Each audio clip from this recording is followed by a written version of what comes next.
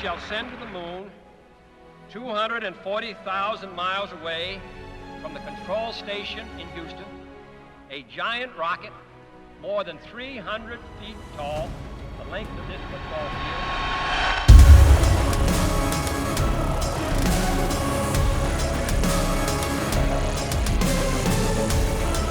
The two superpowers, USA and Russia, have a long history together trying to compete to be the world's biggest superpower. In fact, tension between the two countries still remain to this day. History such as the Cold War, the Cuban Missile Crisis and the space race all are leading factors to why the USA and Russia seem to dislike each other so much.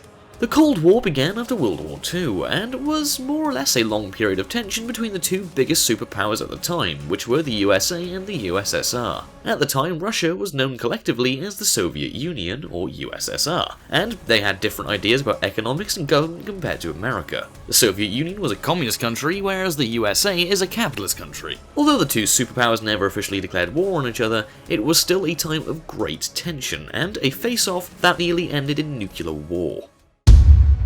So then the Chinese army can go up to Lhasa without any stress.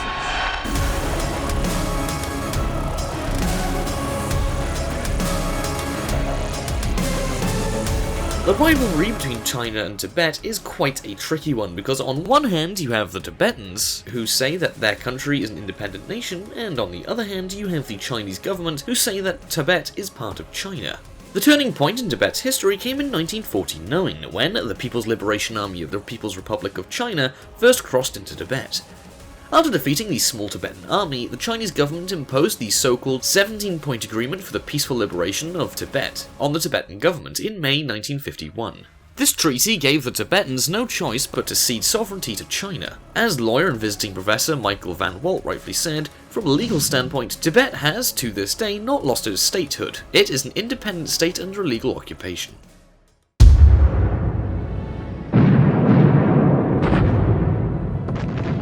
They would punish the Chinese defiance by terror at their next objective, the capital city of Nanking.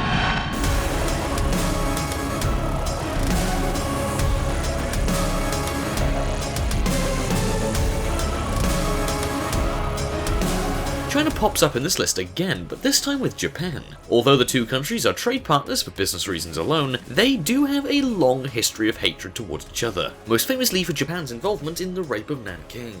In late 1937, over a period of 6 weeks, Imperial Japanese Army forces brutally murdered hundreds of thousands of people, including both soldiers and civilians, in the Chinese city of Nanking. It was estimated that 20,000 to 80,000 women were sexually assaulted. More recently, ties between China and Japan have been strained by a territorial row over a group of islands known as the Senkaku Islands in Japan and the Diaoyu Islands in China. These are the same islands, but are known by different names by the two countries. Japan says it surveyed the island for 10 years in the 19th century and determined that they were uninhabited. On the 14th of January 1895, Japan erected a sovereignty marker and formally incorporated the island into Japanese territory. However, China said that the islands have been part of its territory since ancient times, serving as an important fishing grounds administered by the province of Taiwan. On 28th October, the raiders began to stream out of Baramulla towards Srinagar.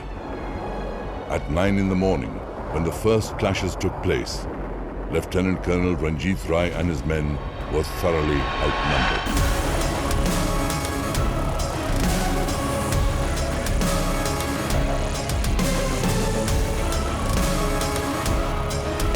India and Pakistan have a long and complicated history with each other. Their rivalry began in 1947, when the two countries became independent from Britain. When British India became independent, it was supposed to be divided into two parts. Areas where 75% of the population was Muslim were supposed to become Pakistan, and the rest India. However, the princely state, which is Kashmir, was not included, so it was left up to the princely to decide whether they wanted to join India or Pakistan. However, the Maharaja of Kashmir, Hari Singh Dogra, decided to keep its status and become an independent state.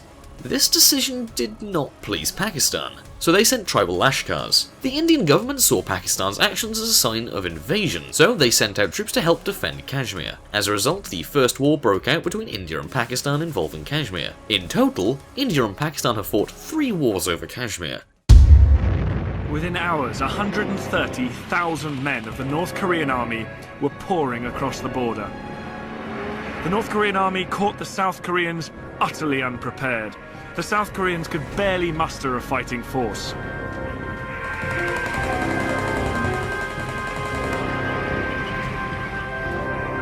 Outgunned and overwhelmed by enemy tanks, the ill-equipped army were rapidly forced back.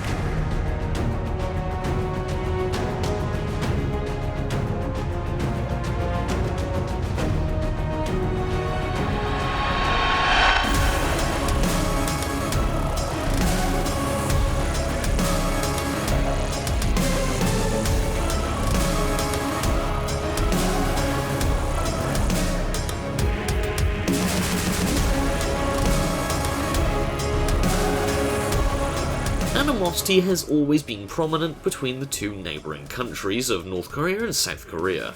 On one hand, you have a country that is a communist state and a dictatorship, and on the other hand, you have a country which is a democratic republic. The tensions between the two countries grew when the ongoing Cold War between the USA and USSR caused the two countries to fight, the USA backing up South Korea and the USSR backing up North Korea. As communism was growing in the Far East, with the likes of China joining communism in 1949, the USA developed the domino theory, the idea that if one country fell to communism, others would follow in a row like dominoes. So, after North Korea got support from Russia and China, they invaded South Korea, which led the USA to intervene, as North Korea easily defeated the Republic of Korea's army. Still, to this day, the vast differences between the two countries are enough for any sort of conflict to appear out of the blue. Let's just hope that that's not the case. It also doesn't help that North Korea has a crazy, insane dictator that is willing to do anything he can to appear the more dominant country. Thank you so much for watching. If you did enjoy the video, then please be sure to hit that like button and maybe even share the video too. Also, let us know your thoughts in the comment section below, as well as what you'd like to see next. And why not subscribe to the channel if you haven't already? Lastly, to those of you who are in the notification squad, we salute you.